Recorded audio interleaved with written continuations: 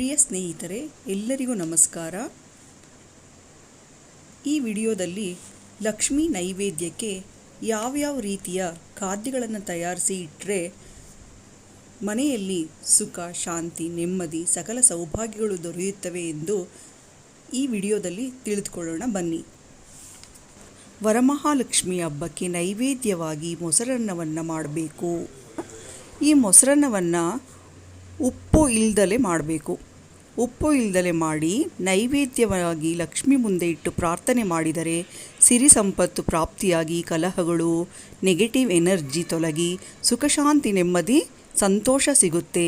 ಆದ್ದರಿಂದ ಇದನ್ನು ಒಂದು ನೈವೇದ್ಯವನ್ನಾಗಿ ಮಾಡಿ ಇಡಬಹುದು. ಮೊದಲನೇದು ಮೊಸರನ್ನ ಮಾಡಿಟ್ರೆ ಅದೊಂದು ಖಾದ್ಯ ಆದರೆ, ಎರಡನೇದಾಗಿ ನಾವು ಅನ್ನದ ಪಾಯಸವನ್ನು ಮಾಡಬಹುದು. ಅನ್ನದ ಪಾಯಸವನ್ನು ಯಾವ ರೀತಿ ಮಾಡಬೇಕು ಅಂತಂದರೆ, ಅಕ್ಕಿಯನ್ನು ತೊಳೆದುಬಿಟ್ಟು ಬರೀ ಹಾಲಿಂದನೇ ತಯಾರಿಸಬೇಕು. ಬರೀ ಹಾಲಿಂದನೇ ತಯಾರಿಸಿ ಅಮ್ಮನಿಗೆ ಇಟ್ಟರೆ, ನೈವೇದ್ಯವಾಗಿ ಇಟ್ಟರೆ ಸಕಲ ಇಷ್ಟಾರ್ಥಗಳು ಮತ್ತು ಕೋರಿದ ಪದವಿ ಪ್ರಾಪ್ತಿಯಾಗುತ್ತದೆ. ಮೂರನೆಯ ನೈವೇದ್ಯ ಅಂತಂದರೆ ಪುಳಿಯೋಗರೆ ಮಾಡಿ ವರಮಹಾಲಕ್ಷ್ಮಿಯ ನೈವೇದ್ಯಕ್ಕೆ ಇಟ್ಟರೆ ಗಂಡ ಹೆಂಡತಿಯಲ್ಲಿ ಕಲಹ, ಭಿನ್ನಾಭಿಪ್ರಾಯ ದೂರವಾಗುತ್ತದೆ. ಪುತ್ರ ಸಂತಾನವೂ ಸಹ ಪ್ರಾಪ್ತಿಯಾಗುತ್ತದೆ. ನಾಲ್ಕನೆಯದಾಗಿ ಖಾರ ಪೊಂಗಲ್. ಈ ಖಾರ ಪೊಂಗಲನ್ನು ವರಮಹಾಲಕ್ಷ್ಮಿಯ ನೈವೇದ್ಯವಾಗಿ ನಾವು ಪ್ರಸಾದವಾಗಿ ಇಟ್ಟರೆ ಕುಟುಂಬದಲ್ಲಿ ವೃದ್ಧಿಯಾಗುತ್ತೆ ಮತ್ತು ಮಕ್ಕಳ ವಿದ್ಯಾಭ್ಯಾಸದಲ್ಲಿ ಏಳಿಗೆಯಾಗುತ್ತೆ ಹಾಗೂ ವಂಶಾಭಿವೃದ್ಧಿಯೂ ಕೂಡ ಆಗುತ್ತೆ. ಕೊನೆಯದಾಗಿ ಐದನೇದು ಬೆಲ್ಲದ ಅನ್ನ.